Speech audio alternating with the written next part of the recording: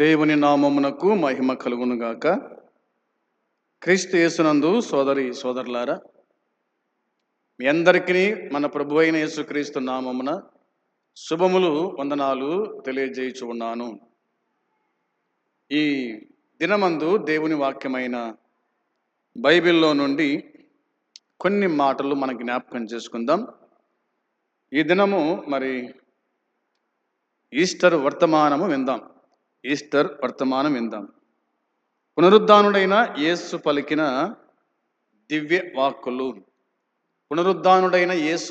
దివ్య వాక్కులు. ఒక 5 విషయాలు చెప్తాను, జాగ్రత్తగా మీరు ఆలకించవలసిందిగా మనవి చేస్తూ ఉన్నాను. ఒకటవదిగా మత్తయి సువార్త 28వ అధ్యాయము 9వ వచనం. మత్తయి సువార్త 28వ అధ్యాయము 9వ వచనం. యేసు వారిని ఎదుర్కొని మీకు శుభమని చెప్పెను. ఇది మొదటి మాట. రెండవదిగా 10వ వచనం చూడండి. 10వ వచనం. యేసు భయపడకుడి అని అన్నాడు. మూడవ మాటగా 18వ వచనం. 18వ వచనంలో, అయితే యేసు వారి యొద్దకు వచ్చి, పరలోకమందును భూమి మీదను నాకు సర్వాధికారము ఇయ్యబడి ఉన్నది. ఇది మూడవ మాట. సర్వాధికారము ఇవ్వబడింది అన్నాడు. నాకు సర్వాధికారము ఇవ్వబడింది అన్నాడు.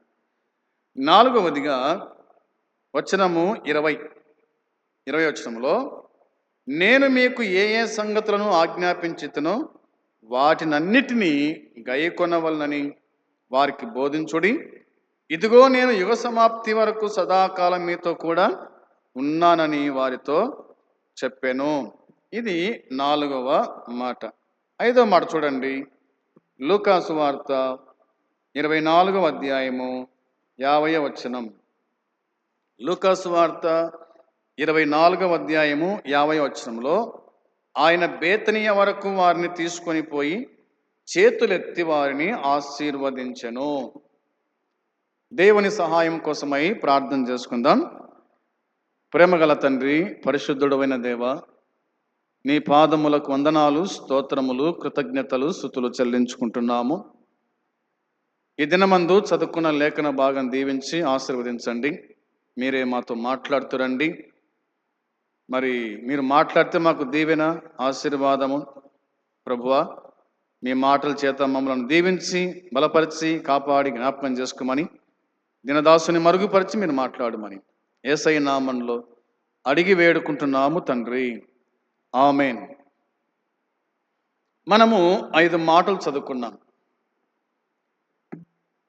ఈ మాటలన్నీ కూడా దేవుడు ఎవరితో చెప్తున్నాడు, దేవుడు ఎవరికి చెప్పినాడు, అది కూడా మనకు అర్థం కావాలా. కాబట్టి ఇలా చదువుదాం. వచనము 1. విశ్రాంతి దినము గడిచిపోయిన తర్వాత ఆదివారమున తెల్లవారుచుండగా మగ్దలేనే మరియయు వేరొక మరియయు సమాధిని చూడవచ్చిరి అనే మాట వ్రాయబడి ఉంది. మంచిది. ఏ దినమంట? విశ్రాంతి దినము గడిచిపోయిన తర్వాత ఆదివారమున తెల్లవారుచు ఉండగా. విశ్రాంతి దినము అనగా యూదులకు అది శనివారం, వారికి శనివారం. ఆదివారము మనకు విశ్రాంతి దినం. కాబట్టి విశ్రాంతి దినం గడిచిపోయిన తర్వాత ఆదివారము తెల్లవారుచు ఉండగా మగ్దలేనే మరియయు వేరొక మరియయు సమాధిని చూడవచ్చిరి అన్నమాట. దేని సునికి వచ్చినారు వాళ్ళు? సమాధిని సునికి వచ్చినారు. సమాధిలో ఎవరున్నారు? ప్రభు అయిన యేసుక్రీస్తు ఉన్నాడు. అవునా?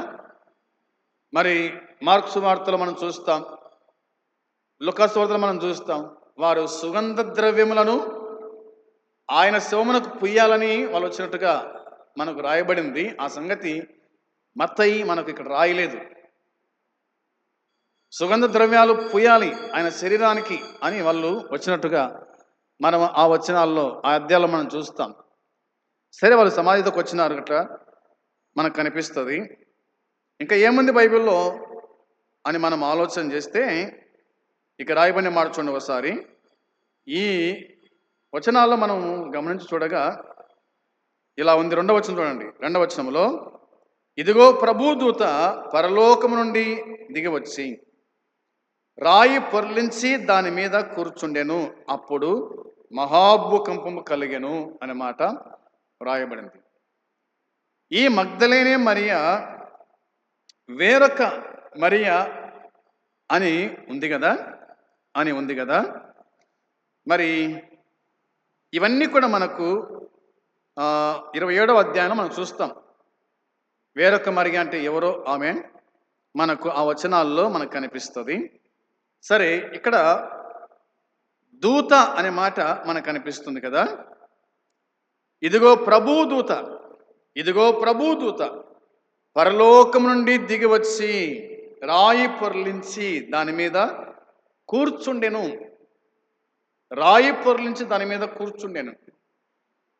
రాయి పొర్లించాలన్నా, రాయిని ముయ్యాలన్నా దాదాపుగా 5-6 మందైనా పడతారు. పెద్ద రాయి కదా, 7 అడుగుల ఆ రంధ్రాన్ని ముయ్యాలంటే 8 అడుగుల ఎత్తు వెడల్పు ఉండాల. అంత పెద్ద రాయిని దేవదూత వచ్చి దాన్ని పొర్లించి దాని మీద కూర్చుండెను అనే మాట రాయబడింది. దాని మీద కూర్చున్నట పైన. అప్పుడు ఏం జరిగింది? మహాభూకంపం కలిగిందట. అవునా, మహాభూకంపం కలిగాను అనే మాట రాయబడింది. 3వ వచనం చూడగా, ఆ దూత స్వరూపం మెరుపు వలె ఉండెను, అతని వస్త్రము హిమమంత తెల్లగా ఉండెను అనే మాట రాయబడింది కదా. వినండి బాగా. దూత స్వరూపం అతని పరలోక జీవిగా మనం గుర్తించవచ్చు. ఈ మాటలు మనకు ఎక్కడ కనిపిస్తాయి అంటే దానియేలు గ్రంథము 7వ అధ్యాయం 9వ వచనంలో, దానియేలు గ్రంథము 7వ అధ్యాయము చూడండి 9వ వచనం. 7వ అధ్యాయము 9వ వచనం చూడాల. 7-9.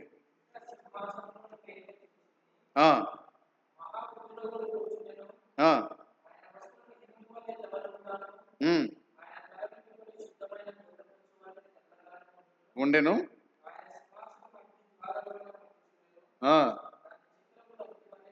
ఉండెను. చాలు. ఇక్కడ చూడండి, దేవుడు రాయించిన మాటలు మనం జ్ఞాపకం చేసుకున్నప్పుడు ఇక్కడ మహావృద్ధుడొకడు అనే పదజాలము దేవుని శాశ్వత నిత్య స్వభావాన్ని తేటపరుస్తూ ఉంది అనేది మనం గుర్తుపెట్టుకోవాలా. తర్వాత వచనం చూడండి, 10వ అధ్యాయము 6వ వచనం. దానియేలు గ్రంథం 10వ అధ్యాయము 6వ వచనం కూడా చూడాలి. 6వ వచనం 10:6.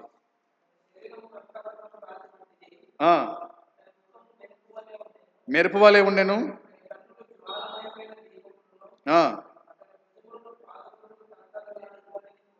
పోలి ఉండెను, అతని మాటల ధ్వని నర సమూహపు కంఠధ్వని వలె ఉండెను అనే మాట రాయబడి ఉంది. 10వ అధ్యాయము మనం 6వ వచనం మనం చదువుకున్నాం.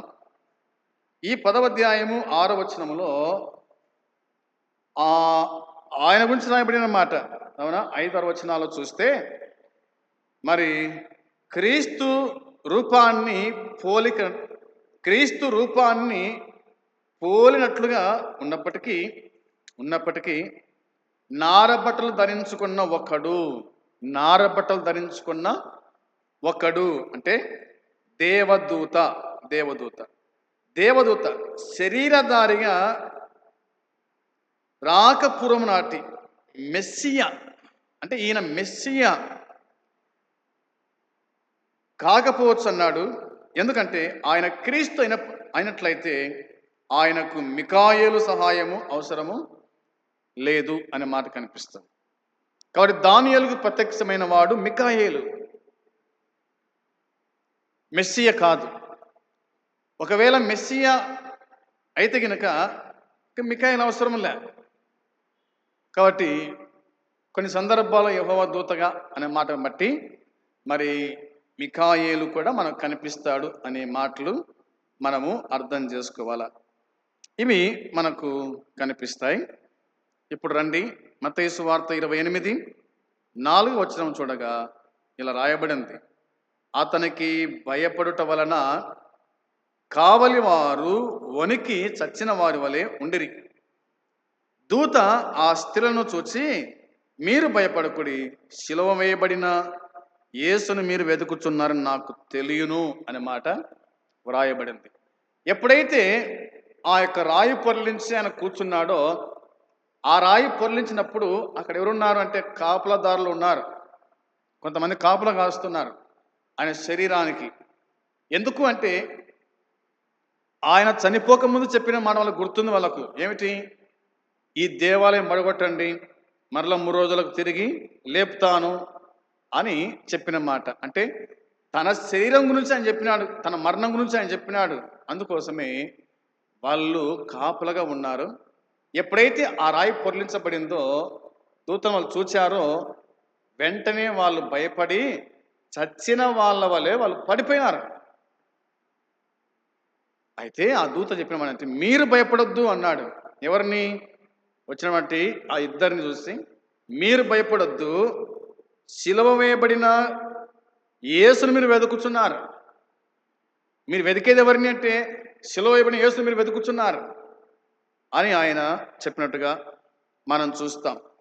6వ వచనంలో ఇలా రాయబడింది కదా, ఆయన ఇక్కడ లేడు, తాను చెప్పినట్లే ఆయన లేచి ఉన్నాడు, రండి ప్రభు పండుకొనిన స్థలము చూచి అనే మాట రాయబడింది. ఆయన ఇక లేడు, ఆయన లేచి ఉన్నాడు.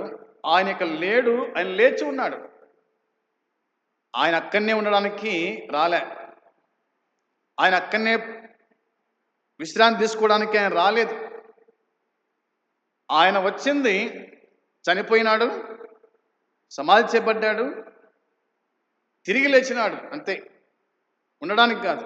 అందుకోసమే మీరు వచ్చి చూడండి, ఆయన పండుకున్న స్థలం చూడండి అని చెప్తూ ఇట్లా అన్నాడు. 7వ వచనంలో త్వరగా వెళ్ళి అని అన్నాడు. త్వరగా వెళ్ళి ఆయన మృతుల్లో నుండి లేచి ఉన్నాడని ఆయన శిష్యులకు తెలియజేయండి అనే మాట వ్రాయబడి ఉంది. మంచిది, మీరు త్వరగా వెళ్ళండి అని ఆయన జ్ఞాపకం చేశాడు. అవునా? త్వరగా వెళ్ళండి, శిష్యులకు తెలియజేయండి అంటూ ఇట్లా అన్నాడు. ఇదిగో ఆయన గలిలయలోనికి మీకు ముందుగా వెళుచున్నాడు, అక్కడ మీరు ఆయనను చూతురు, ఇదిగో మీతో చెప్పి తిని అని వ్రాయబడి ఉంది. ప్రియమైన వారులారా, ఆయన లేచిన తర్వాత ఆయన ఎక్కడ ఉంటాడో, శిష్యులు ఎక్కడికి రావాలనో వారిని కలుసుకునేటువంటి స్థలం ఆయన చెప్పినాడు. అది గలిలయ అన్నమాట ఉంది. గలిలయలో మీరు ఆయన చూతురు, అక్కడికి రమ్మని చెప్పు అన్నట్టుగా దేవుని వాక్యం మనకు గుర్తు చేస్తూ ఉంది. వచనము 8, వారు భయముతోనూ మహానందముతోనూ సమాధి యొద్ద నుండి త్వరగా వెళ్ళి ఆయన శిష్యులకు ఆ వర్తమానము తెలుప పరిగెత్తుచు ఉండగా అనే మాట వ్రాయబడి ఉంది. వారు భయముతోనూ మహానందముతో, ఒక దిక్కేమో భయం ఉంది, మరొక దిక్కేమో యేసు లేచినాడు అనేటువంటి ఒక ఆనందం కూడా వాళ్ళలో ఉంది. కాబట్టి వాళ్ళు పరిగెత్తుచూ ఉండగా, అవునా, మీరు వెళ్ళి అన్నాడు. అవునా? తర్వాత వారు పరిగెత్తినారంట వార్త చెప్పడానికి, యేసుక్రీస్తు లేచినాడనే వార్త చెప్పడానికి. వాళ్ళు పరిగెత్తుచూ ఉండగా వచనం 9లో యేసు వారిని ఎదుర్కొని మీకు శుభమని చెప్పాను అన్నమాట వ్రాయబడింది. యేసు వారిని ఎదుర్కొని మీకు శుభమని చెప్పినాడు. వారు వెళుతూ ఉండగా, పరిగెత్తుచూ ఉండగా వార్త చెప్పడానికి యేసు ప్రభువే వారికి ఎదురుకొచ్చినాడు, వారికి ఎదురుపడ్డాడు. వీళ్ళు పరిగెత్తుతున్నారు, ప్రభు వాళ్ళకి ఎదురుగా వచ్చినట్టుగా మనం చూస్తాం. వారితో మాట్లాడినాడు, మీకు శుభము కలుగునుగాక అన్నాడు. ఇక్కడ శుభవచనం మనకు కనిపిస్తూ ఉంది. మీకు శుభము కలుగునుగాక, మీకు సమాధానము కలుగునుగాక. అవునా? ఇవన్నీ మనము ఇట్లా అర్థం చేసుకునే వారుగా ఉండాలి. ఈ వచనాల్లో వ్రాయబడిన మాటలు మనం గుర్తుంచుకునే వారుగా ఉండాలి. కాబట్టి ఆయన ఎదురుపడినట్లుగా దేవుని వాక్యం మనకు గుర్తు చేస్తూ ఉంది. ఇంకా ఏముంది బైబిల్లో అంటే, వారు ఆయన యుద్ధకు వచ్చినారు, ఆయన పాదములు పట్టుకున్నారు, ఆయనకు మురొక్కినారు. వారిని దేవుడు ఎదుర్కొన్నాడు, వారు ఆయన యుద్ధకు వచ్చినారు. వారు ఆయన యుద్ధకు వచ్చినారు, ఆయన పాదాలు పట్టుకున్నారు, ఆయనకు మురొక్కిరి. అవునా? ఆయనకు మురొక్కిరి అనే మాట మనకు కనిపిస్తుంది. ఆయనకు మురొక్కగా అనే మాట కనిపిస్తుంది. ప్రియమైన సోదరి సోదరులారా, మనం ప్రభు యొద్దకు రావాలా, ప్రభు పాదాలు పట్టుకోవాలా, ఆయనకు మనము మురొక్కేవారుగా ఉండాలి. ఆయన యొద్దకు రాకుండా, ఆయన పాదాలు పట్టుకోకుండా, ఆయనకు మురొక్కకుండా మనం బాగుండాలా, మనము నెమ్మదిగా ఉండాలా అంటే అది ఏమాత్రం కూడా కుదరదు. యేసుప్రభు అన్నాడు, నా యొద్దకు రండి అన్నాడు. యాకోబు రాస్తూ అన్నాడు, దేవుని యొద్దకు రండి, అప్పుడు ఆయన మీ యొద్దకు వచ్చును. వారు దేవుని కాడికి వచ్చినారు కాబట్టి దేవుడు వారి కాడికి వచ్చినాడు. దేవుని యొద్దకు రాకపోతే ఆయన మన యొద్దకు రాడు. అందుకోసమే మనం రావాలా, ఆయన వస్తాడు. వచ్చి ఏమన్నాడు, మీకు శుభము కలుగును గాక అన్నాడు. మీకు శుభమని చెప్పినాడు. ఈ శుభము ఏమిటంటే ఇలా దేవుని వాక్యం చెబుతూ ఉంది. దానియేలు గ్రంథములో రాయబడిన మాట చూడాలి. దానియేలు గ్రంథము 10వ అధ్యాయము 19వ వచనం. దానియేలు గ్రంథం 10వ అధ్యాయము 19వ వచనం చూడండి ఒకసారి. 10:19. 10:19లో అతడు మరలా నన్ను ముట్టి నన్ను బలపరచి, నీవు బహు ప్రియుడవు, భయపడకుము, నీకు శుభమవునుగాక. చాలు, నీకు శుభమవునుగాక అన్నాడు. ఏమన్నాడు? నీకు శుభమవునుగాక అనే మాట వ్రాయబడి ఉంది.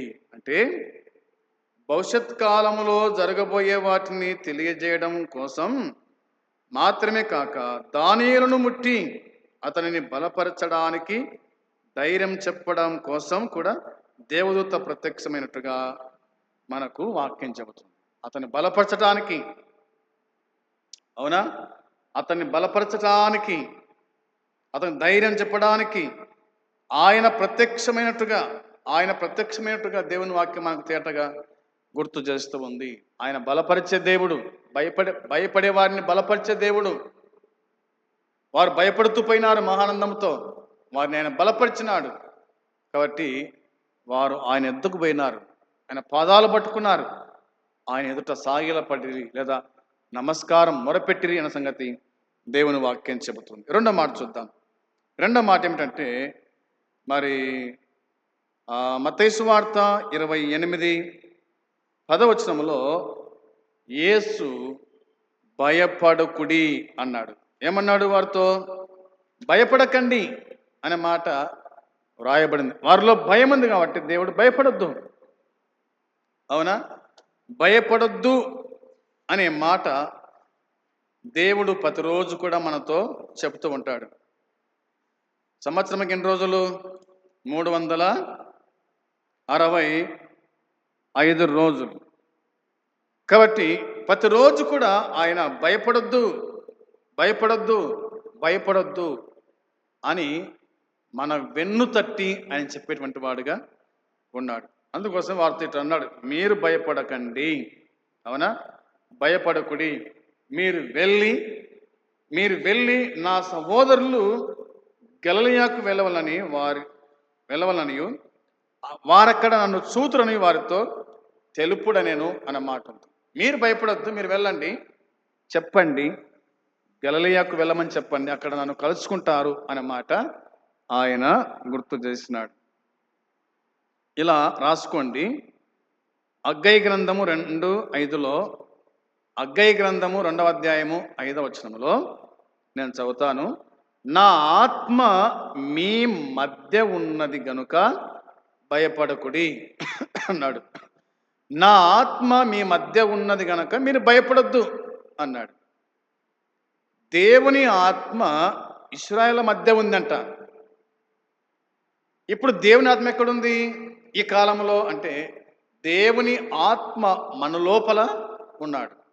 దేవుని ఆత్మరూపిగా ఆయన మనలో ఉన్నాడు. ఆ దినాల్లో వారి మధ్య ఉన్నాడు, కానీ ఇప్పుడు మనలోనే ఆయన ఉన్నట్టుగా వాక్యం మనకు చెప్తుంది. కాబట్టి మనం భయపడాల్సిన అవసరము లేదు అనేది దేవుని వాక్యం గుర్తు చేస్తూ ఉంది. ఇక మూడవదిగా మనము ఆలోచన చేద్దాం. మూడవ మాట ఏమిటంటే 18వ వచనం, 28-18లో ఇలా వ్రాయబడి ఉంది. ఏమిటా మాట? అయితే యేసు వారి యొద్దకు వచ్చి, పరలోకమందును భూమి మీద నాకు సర్వాధికారం ఇవ్వబడి ఉన్నది అన్నాడు. ఏమి ఇవ్వబడిందంట ఆయనకు? సర్వాధికారం. నాకు సర్వాధికారం ఇవ్వబడింది. దేని మీదనంట? పరలోకమందు భూమి మీద. పరలోకమందు భూమి మీద నాకు సర్వాధికారం ఇవ్వబడింది, నాకు సర్వాధికారం ఇవ్వబడింది అని ఆయన అన్నట్టుగా దేవుని వాక్యం గుర్తు చేస్తుంది. మత్తయి మరలా చెప్పిన దేవుని రక్షణలో అన్యజనులు పాల్గొనడం అనే అంశం ఇందులో మనం చూస్తాం. కాబట్టి ఆయన సర్వాధికారి అయిన దేవుడు, ఆయన సర్వాధికారి అయిన దేవుడు, ఆయన సర్వశక్తిమంతుడు. ఇవన్నీ కూడా ఆయనవే. ఆకాశము ఆయనదే, భూమి ఆయనదే, సమస్తము ఆయనదే. కలిగి ఉన్నదేదో ఆయన లేకుండా కలగలేదు. కాబట్టి ఆయనకు అధికారం ఉంది, నాకు అధికారం ఉంది అని ఆయన చెప్పినట్టుగా దేవుని వాక్యం మనకు గుర్తు చేస్తూ ఉంది. దీన్ని మనము గ్రహించువారమై ఉండాలని నేను మీకు జ్ఞాపకం చేస్తున్నాను. పునరుద్ధానానికి ముందు యేసుకు అధికారము ఉంది. చూడండి, 7వ అధ్యాయము 29వ వచనం, మత్తయి సువార్త 7వ అధ్యాయము 29వ వచనం చూడాలి. 7:29. ఏలయనగా ఆయన వారి శాస్త్రుల వలె కాక అధికారము గల వాని వలె వారికి బోధించెను అనే మాట ఉంది. ఆయన వారి శాస్త్రుల వలె కాక అధికారం గల వాని వలె వారికి బోధించాడంట. ఆయనకు అధికారం ఉంది. అవునా? అధికారముతో యేసుక్రీస్తు ప్రభువు వారికి బోధించినాడు.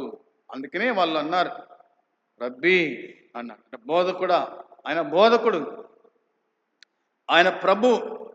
ఆయన బోధ అందరికీ ఆశ్చర్యాన్ని కలిగించినటువంటి బోధ ఆయన బోధ. కాబట్టి వాళ్ళు ఆశ్చర్యపోయిన సంగతి కనిపిస్తుంది. ఇంకా మనం చెప్పడం ఇంకా మర్చిపోయిన వాక్యములు. మరి అయితే పునరుద్ధానం ద్వారా తండ్రి ఆయనకు పరలోకమందును భూమి మీదను సర్వాధికారము అనుగ్రహించాడు. ఈ అధికారము సాతాను ఆయనకు వ్యర్థంగా వాగ్దానము చేసిన దానికన్నా చాలా గొప్పది అన్నమాట మనకు అనిపిస్తుంది.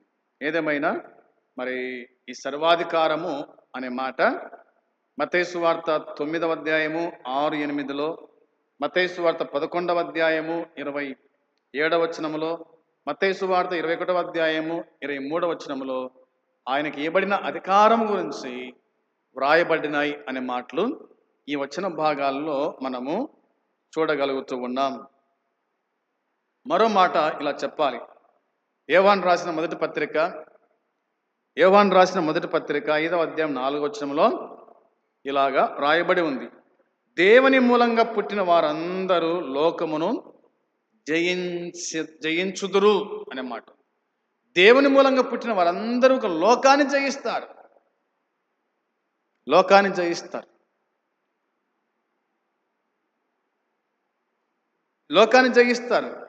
జయ జీవితం కదా.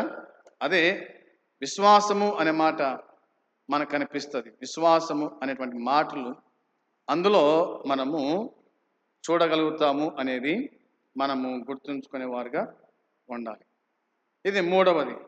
ఇక నాలుగో మాట చూస్తే కనుక వచనం 20, మత్తయి సువార్త 28:20 వచనంలో, నేను మీకు ఏ ఏ సంగతులను ఆజ్ఞాపించుతునో వాటినన్నిటినీ గైకొన వల్లని వారికి బోధించుడి. ఇదిగో నేను యుగ సమాప్తి వరకు సదాకాలం మీతో కూడా ఉన్నానని వారితో చెప్పాను. నాలుగవదిగా, ఇదిగో నేను యుగ సమాప్తి వరకు సదాకాలం మీతో కూడా ఉన్నాను. మీతో కూడా ఉన్నాను. ఎంతకాలం ఉంటాడంట ఆయన? సదాకాలం. సదాకాలం. మనము పుట్టింది మొదలుకొని చనిపోయేంత వరకు ఈ భూమి మీద ఆయన మనకు తోడై ఉంటాడు, ఆయన మనతో ఉంటాడు అనే మాట రాయబడింది. మరొక్క మాట ఏమిటంటే, ఇలా చెప్తుంది బైబిల్ గ్రంథం. యోహాను సువార్త 14:18లో, యోహాను సువార్త 14:18లో రాయబడిన మాట మనం చదవగా వాక్యం చెప్తున్న మాట ఏమిటంటే, చూడండి, యోహాను సువార్త 14:18 వచనంలో, మిమ్మును అనాథలుగా విడువను, మీ యొద్దకు వత్తును. చాలు. మిమ్మును అనాథలుగా విడువను, మీ యొద్దకు వత్తును అన్నాడు. దేవుడు ఎవరిని కూడా అనాథలుగా విడిచిపెట్టాడు. అనాథలు ఎవరు అంటే ఏ దిక్కులేనోళ్ళే అనాథలు. అవునా? అయితే దిక్కులేని వారికి దిక్కెవరు? దేవుడే. అంతే. దిక్కులేని వారికి దిక్కెవరు? దేవుడే. మనం అనాథలం కాదు, దేవుడు మనకు తోడై ఉన్నాడు. ఆయన అనాథలుగా మనం విడిచిపెట్టాడు కాబట్టి ఆయన సదాకాలము ఆయన మనతో ఉంటాడు. మనం కూడా సదాకాలం ప్రభుతో ఉందుము అని తెస్సలోనిక మొదటి పత్రిక 4వ అధ్యాయము 17వ వచనం అని చెప్తోంది. మనము సదాకాలం ప్రభుతో కూడా ఉంటామంట. అవునా? ఇవి మనము గమనించేవారుగా ఉండాలి. సదాకాలము నేను మీతో కూడా ఉంటాను అని ఆయన చెప్పినాడు. ఇక 5వ మాట చూసి మనం ముగిద్దాం. 5వ మాట ఏమిటంటే లూకాసు వార్త 24:50. లూకాసు వార్త 24:50లో, ఆయన బేతనియ వరకు వారిని తీసుకొని పోయి చేతులెత్తి వారిని ఆశీర్వదించెను అని ఉంది. 5వదిగా చేతులెత్తి వారిని ఆశీర్వదించినాడంట. తన యొద్దకు వచ్చిన వారిని, పిల్లలు కావచ్చు, యవనస్తులు కావచ్చు, పెద్దలు కావచ్చు, వృద్ధులు కావచ్చు, ఎవరైనా సరే ఆయన యొద్దకు వచ్చిన వారిని అందరినీ ఆయన చేతులెత్తి ఆశీర్వదించినాడు. చేతులెత్తి ఆయన ఆశీర్వదించను అన్నమాట. ఆశీర్వాదం ప్రతి మానవునికి ఆశీర్వాదం. ఆశీర్వాదం కోసమే కదా చాలామంది ప్రార్థనకు వస్తారు. అన్నా ఆశీర్వదించు పిల్లోన్ని, అవునా, మమ్మల్ని ఆశీర్వదించు. అవునా? దేవుడు ఆశీర్వదించేటువంటి వాడు. ఆయన ఆశీర్వాదం ఎట్లా? ఆయన ఆశీర్వాదం ఎట్లా అంటే దేవుని వాక్యం మనకు గుర్తు చేస్తుంది. ఆయన ఆశీర్వాదం ఎట్లా అంటే వాక్యమే చెప్తున్న మాట. ఆదికాండము 12వ అధ్యాయము 2వ వచనంలో, ఆదికాండము 12వ అధ్యాయము 2వ వచనం చూడాలి. 12:2, నిన్ను గొప్ప జనముగా చేసి నిన్ను ఆశీర్వదించి నీ నామమును గొప్ప చేయుదును, నీవు ఆశీర్వాదముగా ఉండు అని అబ్రాహాముతో దేవుడు పలికిన మాట. అబ్రాహాముతో దేవుడు పలికిన మాట. మరలా చెప్తున్నాను, అబ్రాహాముతో దేవుడు పలికిన మాట. ఏం పలికినాడు ఆయన అంటే, నేను నిన్ను ఆశీర్వదించుతాను. దేవుడు ఆశీర్వదించాలంటే ముందు 4 పనులు చేయాల. ఏం చేయాలి 4 పనులు అంటే, 1వదిగా దేశాన్ని విడిచిపెట్టాల. అవునా? ఆ దేశమును విడిచిపెట్టాల. 2వదిగా బంధువులను విడిచిపెట్టాల. 3వదిగా తండ్రి ఇంటిని విడిచిపెట్టాల. 4వదిగా అతడు దేవుణ్ణి ఎదుర్కోవాలా, దేవుడు చూపించు దేశానికి వెళితే అక్కడ దేవుడు అతని నామాన్ని గొప్ప చేస్తాడు, అతన్ని ఆశీర్వదిస్తాడు. అవునా?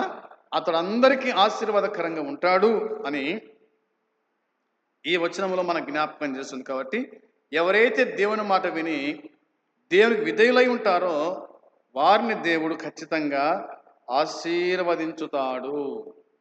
ఆశీర్వదిస్తాడు అనే మాట రాయబడింది. దేవుడు చేతులెత్తి వారిని ఆశీర్వదించను అనే మాట మనం చూస్తాం. ఇక్కడ ఒక మాట కనిపిస్తుంది, బేతనీయ అనే మాట మనకు కనిపిస్తుంది. ఆయన బేతనీయ వరకు వారిని తీసుకొని పోయి అనే మాట ఉంది కదా. యెరూషలేముకు 2 మైళ్ళ దూరంలో ఒలీవల పర్వతానికి కొంచెం పైన బేతనీయ ఉంది అని బైబిల్ పండితులు తెలియజేసినారు. ఒలీవల పర్వతము దగ్గరకు క్రీస్తు ఆరోహణ కార్యం చోటు చేసుకుందని అపోస్తుల కార్యం 1వ అధ్యాయము వచనం 12లో మనకు కనిపిస్తుంది. ఆయన అక్కడి నుంచి శిష్యులు చూస్తుండగా, జనాలు చూస్తుండగా ఆయన ఆరోహణమాయను అనగా ఆయన పరమునకు వెళ్ళిపోయాను,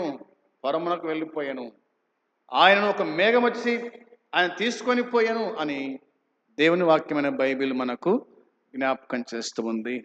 మంచిది. ఈ పునరుద్ధాన దినమున ప్రభువు పలికినటువంటి ఒక 5 మాటలు మనము చూడగలిగినాం.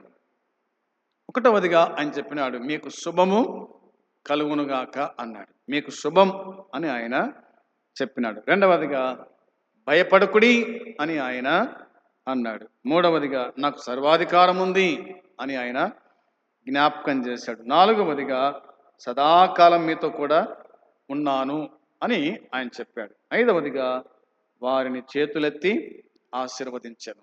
ఈ దినమందు దేవుని యొక్క పునరుద్ధాన దినం గురించి మనము ఆలోచన చేయగలిగినాం. ఈ 5 విషయాలు ఆయన ఎద్దకు వచ్చిన వారికి ఉంటాయి. ఎవరైతే ఆయనను ప్రేమించి, సంఘాన్ని ప్రేమించి, ఆయన మాటలను ప్రేమించి వచ్చినారో వారికి అందరికీ ఈ 5 మాటలు వర్తిస్తాయి అనేది మనము గుర్తుంచుకోవాలి.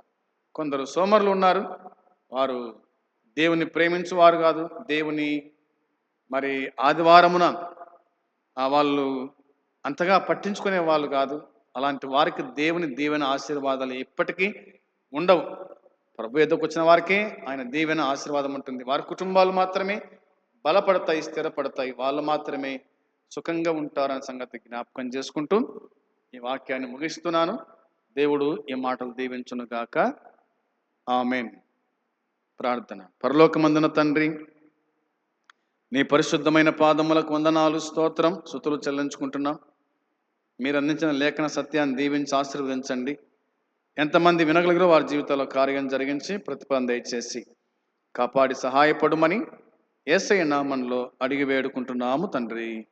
ఆమేన్. పరలోకమందున తండ్రి ప్రేమ, మన ప్రభువైన యేసుక్రీస్తు కృప, పరిశుద్ధాత్మ సన్నిధి సహవాసం కూడి వచ్చిన మనకు సకల పరిశుద్ధులకు ఇప్పుడు ఎల్లప్పుడూ సదాకాలము తోడై ఉండునుగాక. ఆమేన్. అందరికీ వందనాలు.